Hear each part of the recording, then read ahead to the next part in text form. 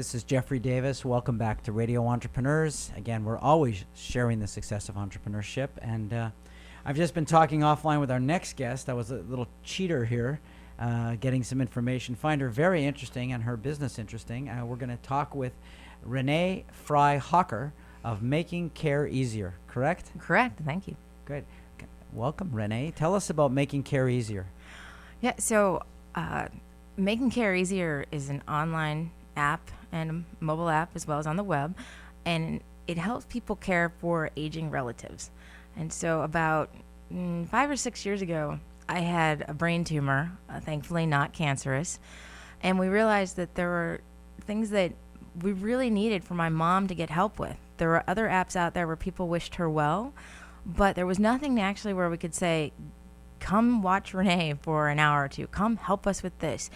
And so since it didn't exist, once I got better, we decided we had to create it. So we created Making Care Easier. What you realize is that, especially when someone's helping care for you, you need to make sure that your care team is all together and that you can share everything from your calendar to get helpful instructions. We have a lot of folks that we help today that have had heart attacks or strokes, and while it might be the first time that they and their family are dealing with that, it's not the first time someone's ever dealt with a heart attack or stroke. So we help people with instructions on how to get started, what you might need to do, the products, and really get the family engaged. And it's all about action for us. It's not about information. It's all about how do you make sure that person gets taken care of, because that's what we learned from when I was sick, is that you really need to have people know what to do, check that box and say, I'm the person who's going to do it.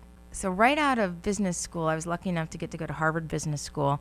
It was 99 when I graduated, and I joined a startup and was about the 10th employee.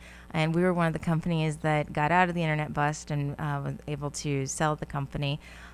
So no one got wildly rich or anything, but I can tell you that 3 years of working for a startup and learning what to do, and probably better, what not to do, was an experience that was fantastic. So very grateful for that. So I loved supply chain out of school, went into supply chain, and then realized, you know what, I want to do something new. So I went into government and volunteered on Supply chain, government. Yeah, okay. well, it all ties together. But actually, I went to, I actually thought, you know what, I would like to meet guys. So I went and volunteered on Mitt Romney's campaign.